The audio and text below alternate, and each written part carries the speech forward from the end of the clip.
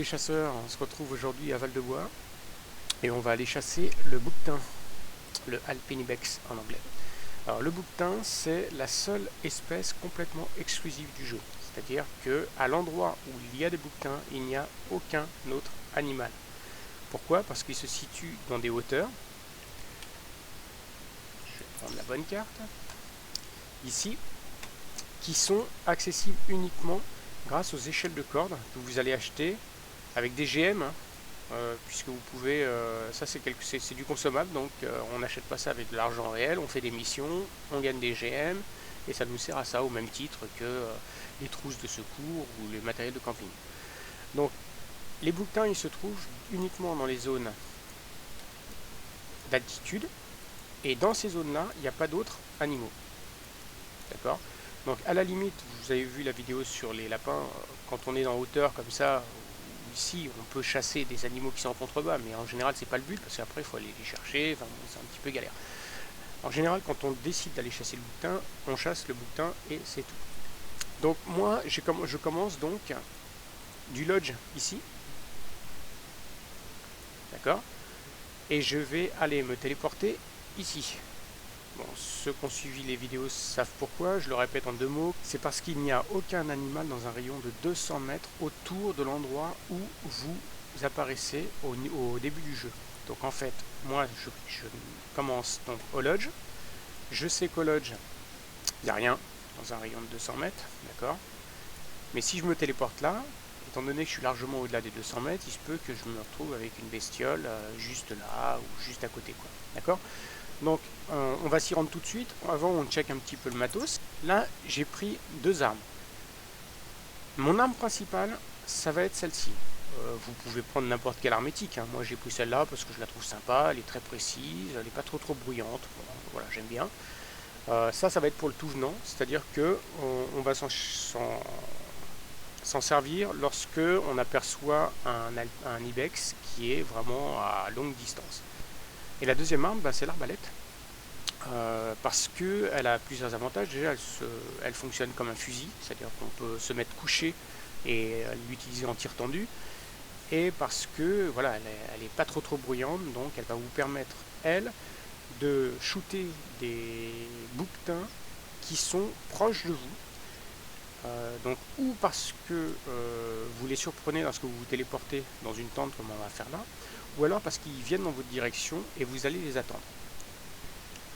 Alors comme vous voyez, j'ai pas pris de couleur, tout simplement parce qu'il n'y en a pas.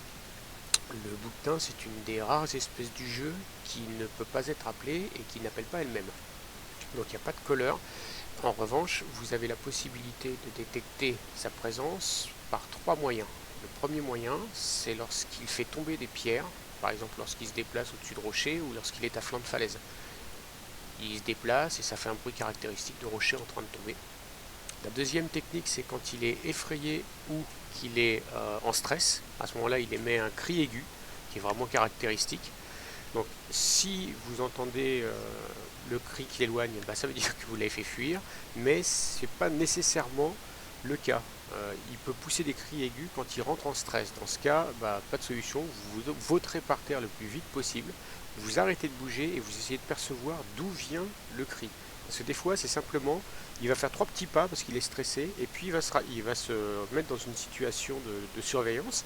Donc, il ne fuit pas, mais c'est pas pour autant que vous pourrez l'approcher. Là, il devient extrêmement sensible au moindre mouvement, y compris aux odeurs.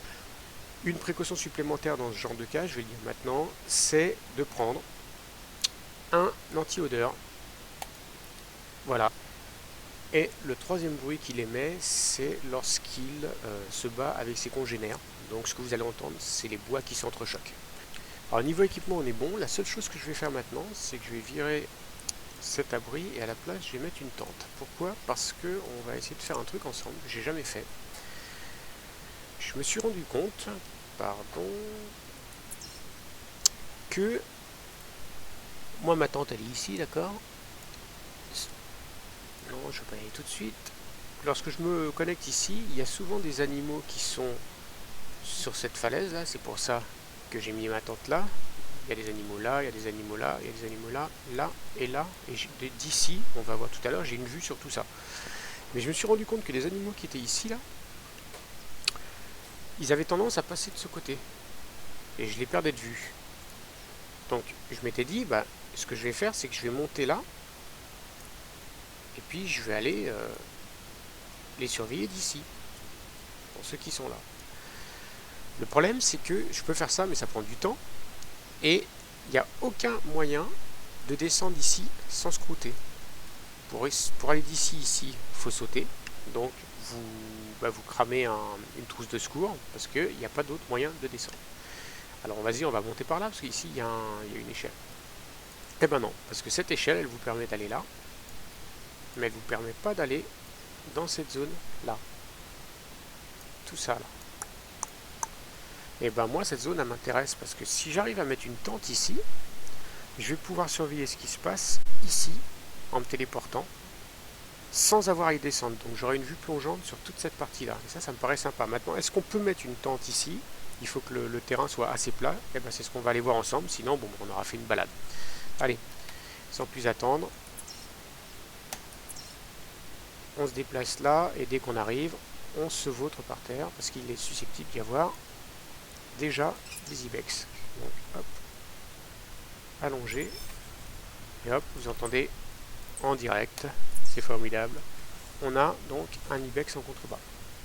Donc on va aller le chercher tout de suite. Donc j'arme, regardez, on le voit d'ici, est-ce que vous le voyez? Il est sur la montagne en face. Je prends... Ah bah ça c'est pas banal. À force de vouloir préparer mon... Heureusement que je suis près de la tente, j'ai oublié de prendre les jumelles. Donc hop, heureusement on est juste à côté. Où sont les jumelles? Et voilà. Donc il est sur la montagne en face là-bas. Voilà. Donc c'est un petit mâle a priori. Donc on voit la taille des bois est plutôt réduite. En général, plus un mâle est gros, plus ces bois se rebiquent vers l'arrière jusqu'à venir lui rentrer dans le trou du cul. J'exagère pas, hein, les plus gros que j'ai vus, on se demande comment il fait pour marcher, c'est assez bizarroïde. Là, c'est pas le cas, c'est un petit spécimen, c'est pas grave, c'est pas pour ça qu'on se lève, hein, parce que lui, il ne verrait pas si on se lève, mais il est possible qu'il y en ait autour, parce que comme je vous ai montré, si j'ai choisi cet endroit, c'est parce que regardez, on a une vue ici ultra dégagée, d'accord? Ici à droite, à gauche, pardon. Allez, je vais me mettre accroupi doucement. Vous voyez, j'ai une très bonne vue aussi sur ce qui se passe devant là-bas. Bon, attendez, je vais faire une petite précision quand même. Ici, ça va. Là, ça va plus. 269 mètres, s'il y a des animaux, je ne les vois pas. On est au-delà de la limite de visibilité puisque je suis sur un terrain plat. Je ne les verrai pas au-delà de 220 mètres environ. Mais au moins, j'ai une vue sur tout ce qu'il y a sur ces deux directions. Mais c'est pas tout. Vous allez voir pourquoi la vue est intéressante. J'ai une vue sur ce vallon en contrebas et j'ai une vue sur toute cette chaîne ici de falaises sur lesquelles il est aussi susceptible d'y avoir des ibex ou qui sont là et qui cherchent à passer du bas vers le haut ou alors du haut vers le bas ou qui se baladent ici en sortant des sous-bois qui sont en contrebas. Donc vraiment c'est un lieu de surveillance formidable. Franchement c'est voilà, vous êtes sûr, enfin pas sûr mais quasiment sûr que lorsque vous vous téléporterez ici, on est bien d'accord, hein, pas vous connecter ici, mais vous téléporter ici, vous verrez encore un autre ibex, vous verrez des animaux, d'accord? Donc là, qu'est-ce que je fais? J'ai deux ibex. Celui qui est là, il n'est pas question que je le shoote, enfin je pourrais le shooter bien sûr, mais avant de le shooter, il faut que je surveille bien l'environnement. Parce que le problème avec l'ibex, c'est que si par exemple, vous shootez un ibex sur une falaise, il faut que vous vous assuriez que son cadavre va descendre jusqu'en bas et va pas se retrouver coincé ou sur un rocher ou sur un promontoire auquel vous ne pourrez pas accéder. Parce que si ça se produit, c'est mort. Vous ne pourrez pas récupérer la bestiole. Il y en a encore un en contrebas. Vous ne pourrez pas récupérer la bestiole et vous vous ferez engueuler par le doc. Deuxième chose, on a donc un ibex qui se trouve là-bas. Est-ce que je vais le retrouver à nouveau? Je vais prendre le rangefinder parce que le grossissement est moindre, donc ça me permet de surveiller une plus grande zone. Alors, je vais voir si on le retrouve. Voilà, il est là. Donc lui, en revanche, je peux le shooter. parce que je sais que si je l'ai évidemment, hein, si je le tue, il ne pourra pas se rendre dans un endroit inaccessible. Donc il faut que je le retrouve. Il était près de ce rocher. Le problème c'est qu'il risque de passer à la limite de détection. Bon, sinon on s'avancera un petit peu pour aller le chercher. Et l'avantage de tirer un bestiau à une très longue distance comme ça c'est valable pour les autres maps aussi. Hein. Mais quand vous shootez un bestiau à longue distance, il faut savoir que votre fusil, il fait du bruit. Mais il fait du bruit qui est pareil, qui est perçu jusqu'à une certaine distance. Une arme comme celle-ci, je pense qu'en fait on doit entendre le son. Enfin, les animaux doivent être sensibles au son jusqu'à une distance environ de 200 mètres. Si vous shootez un animal à 200 mètres, ça veut dire que les animaux qui sont derrière, ils vont pas entendre le bruit de la détonation. Ou s'ils l'entendent, ça va peut-être les mettre dans un état de stress, mais ça les fera pas fuir. En revanche, si vous shootez un animal juste devant vous au fusil, là c'est sûr que vous faites fuir tous les animaux qui se trouvent dans un rayon de 200 mètres. Donc, dans ce cas, si un animal est prêt, vous utilisez l'arbalète. S'il est très loin, bon, n'ayez pas peur d'utiliser le fusil, c'est pas très grave. Bon, là, sans plus attendre, on va commencer notre périple assez long pour aller chercher l'échelle de corde qui se trouve tout là-bas. Et puis si je vois quelque chose d'intéressant sur le chemin, je vous le fais partager bien évidemment. Donc là on va arriver à proximité de l'échelle de corde qui est à droite. Alors j'essaie d'être le plus prudent possible, je suis accroupi depuis tout à l'heure, hein, mais parce que la femelle que je suis depuis tout à l'heure, sachant qu'il y en a une nouvelle ici aussi, j'ai pas entendu de bruit de pierre qui chutait, ce qui veut dire qu'elle est probablement pas montée sur la falaise qui se trouve à l'est ici. Donc ça veut dire qu'elle est forcément dans le petit, comment dire, décrochement qu'il y a derrière ce petit promontoire là. Enfin, forcément. Il y a de fortes chances parce que sinon j'aurais entendu des bruits de pierre déjà qui montreraient qu'elle est en train ou de monter sur la falaise nord ou de monter sur la falaise est. Donc là il y a des chances qu'elle soit plutôt dans le vallon là, ce qui expliquerait pourquoi je l'entends pas. Donc on va y aller cette fois même coucher jusqu'à ce qu'on ait une vue sur cette zone, et puis on va faire ce que j'ai dit, on va s'immobiliser et puis on va regarder s'il y a quelque chose qui bouge.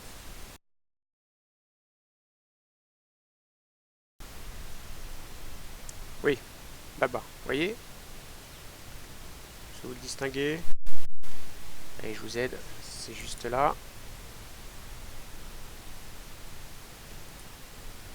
Voilà la première femelle. C'est celle qu'on suit depuis tout à l'heure. Donc vous voyez bien, comme on n'a pas entendu de bruit, on se doutait qu'elle était par là, quoi. Bon elle, on va tâcher de la shooter. Donc ça fait du bruit, c'est sûr. Les animaux qui pouvaient être autour vont fuir. Donc on regarde bien ce qui se passe dans l'environnement parce que... Ah, attendez, il faut pas que je bouge parce qu'il faut que je vous montre un truc super important. Je me rebaisse. Quand vous shootez un animal, un ibex, il faut savoir que vous allez très souvent les shooter de très loin.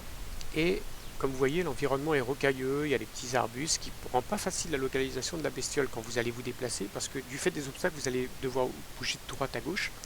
Et si comme moi vous avez un sens de l'orientation assez lamentable, pour retrouver après la bête, c'est pas facile. Donc ce que vous faites, c'est que vous prenez le rangefinder et vous allez cliquer. Alors là j'ai bougé, donc voilà, elle est là, d'accord. Alors elle pourrait être beaucoup plus loin, hein. C'est valable surtout quand vous êtes à 180 mètres, choses comme ça. Et vous cliquez à l'endroit où se trouve la bestiole. Ce qui fait que maintenant sur votre plan, sur votre Huntermate, vous avez exactement l'endroit où elle se trouve. Comme ça on va entendre un bruit de fuite. Bon, de toute façon c'est pas grave. Et donc là, même si vous allez à droite ou à gauche, vous voyez, si vous deviez faire 15 000 mouvements comme ça, qui pourraient vous faire perdre la localisation de la bestiole, vous êtes sûr de pouvoir la retrouver. Il suffit de suivre le petit point rouge. Alors là, encore une fois, elle n'était pas très loin, mais elle aurait très bien pu se trouver sur la falaise en face, là-bas, enfin en direction de la falaise en face, et là, je vous assure que moi, ça m'a permis plus d'une fois de retrouver un bestiau, alors que je partais dans une direction, mais complètement opposée, quoi. Donc voilà, cervical, 110 mètres, vous voyez, c'est une distance assez faible hein, compte tenu de la map. En général, on a plus souvent tendance à étirer à 150, 200 mètres. Donc on arrive près de l'échelle de corde, vous noterez un petit peu la texture assez moche hein, à gauche là, ce qui a consisté pour les graphistes à simplement étirer une texture 2D. Ça sent un peu la fatigue. Donc nous on va continuer là et on va grimper. Donc, je pense que vous êtes nombreux à l'avoir fait. Pour ceux qui ne l'ont pas fait, c'est facile. On met la flèche vers le haut. Enfin, on tient la touche avancée. Et lorsque le curseur commence à apparaître, on compense en déplaçant la flèche du côté opposé. En déplaçant, pardon, le mouvement du côté opposé de la flèche. Donc moi je vous suggère, ce que j'ai coutume de faire, c'est que je donne des petits coups et j'aime bien garder la flèche d'un côté, à la limite de la zone de danger, en donnant des petits coups rapides, ce qui permet, bon là, d'avoir un meilleur contrôle. Et puis, là,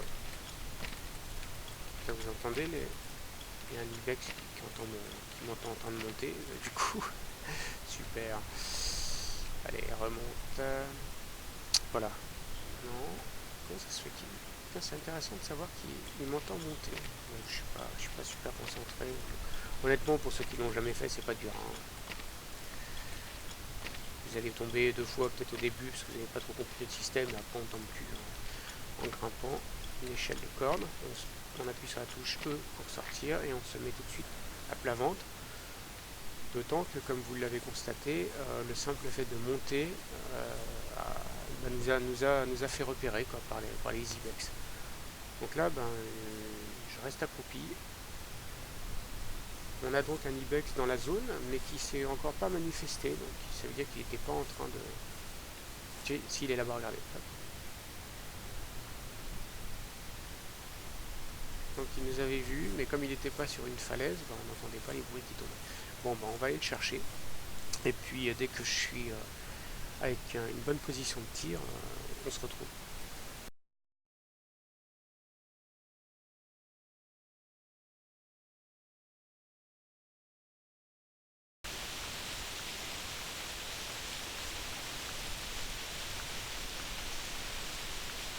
Donc elle est juste là. Vous voyez.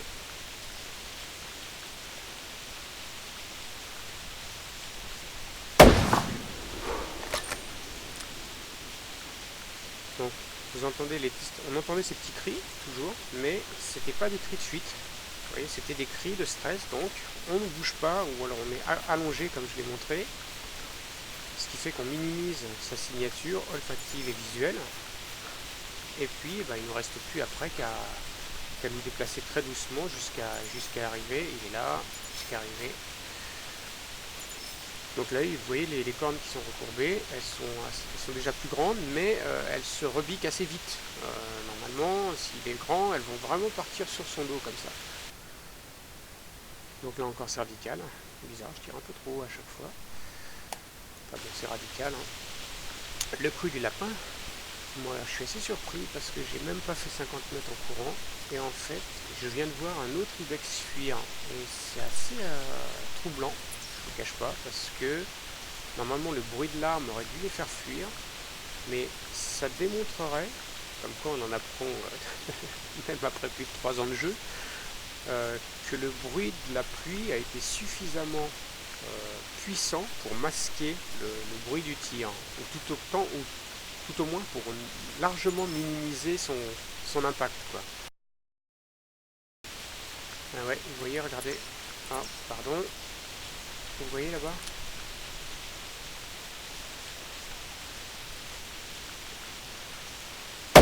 Merde. J'ai pas voulu tirer, excusez-moi. Non, quelle âne.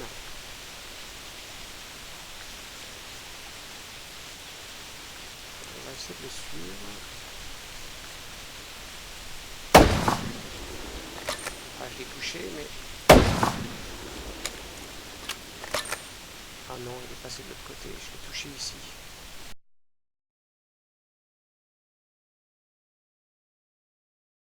J'ai eu de la chance, regardez.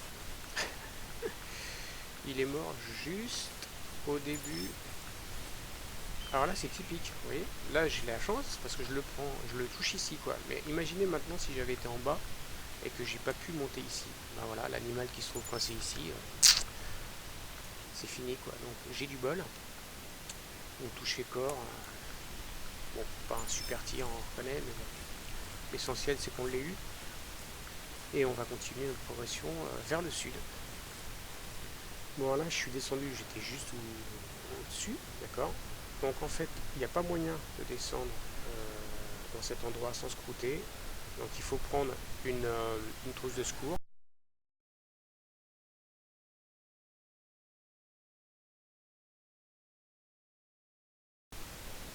J'essaie de descendre en suivant la pente la plus légère possible.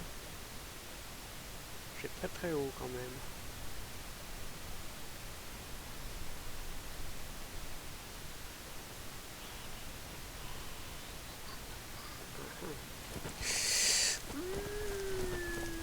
Il s'en est fallu peu.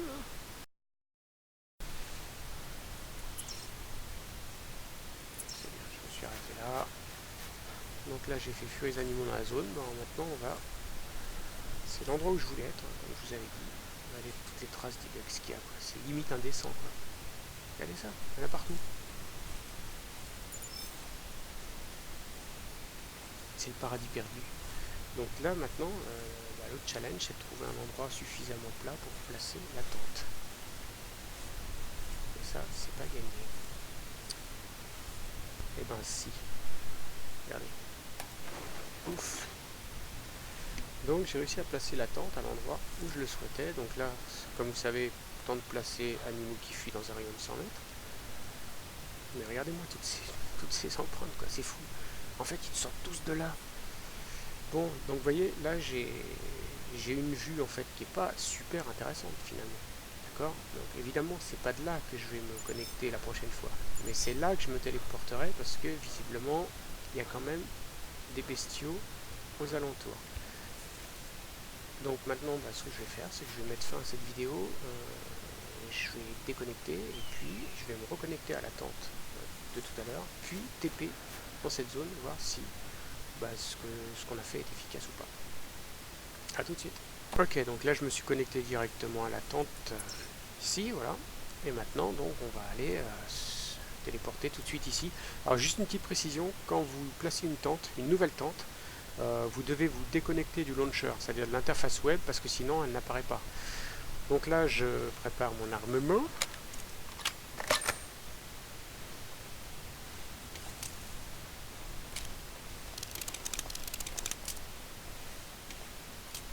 J'y vais et je me couche dès que j'arrive. Pouf, pouf, pouf. Je vais même prendre des précautions supplémentaires. Je mets un coup de spray. Puis on va voir si cette technique s'avère payante.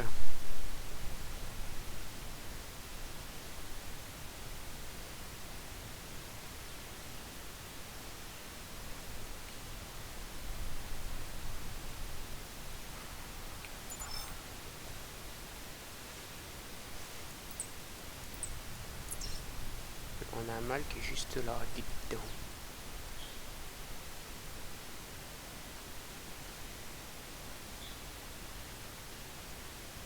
Vous l'entendez?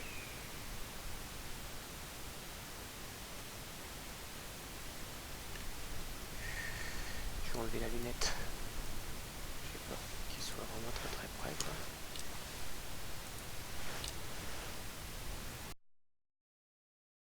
Je sais pas où il est.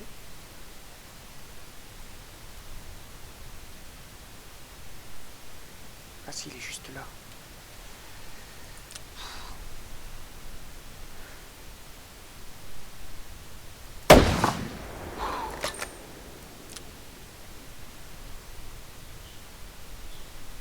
Donc là, comme vous le savez, je peux pas descendre. Donc il va falloir que j'utilise une trousse de secours. Et je vais quand même aller voir un petit peu. Parce que je dis qu'on peut pas descendre. Mais si ça se trouve, je ferai un petit chemin là. On va voir où est-ce qu'il va m'amener.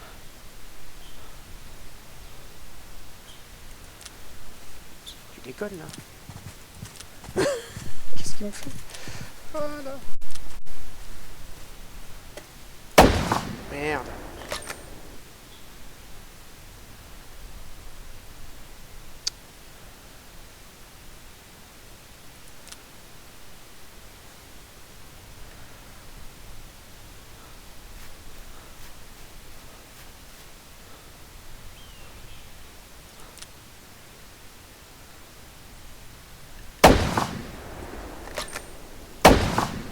Mais t'es mort là. Faut tomber maintenant. Merci.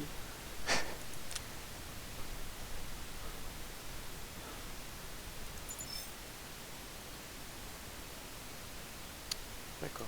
Les fesses. Faut que j'aille chercher l'autre maintenant.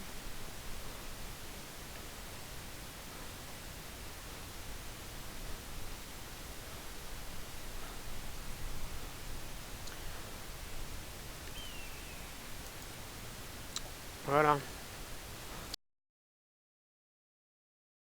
Et voilà.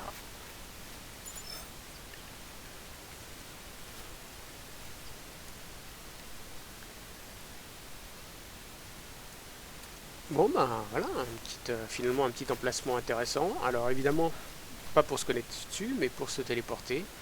Bah écoutez, ça c'est fait. J'espère que cette vidéo vous aura plu.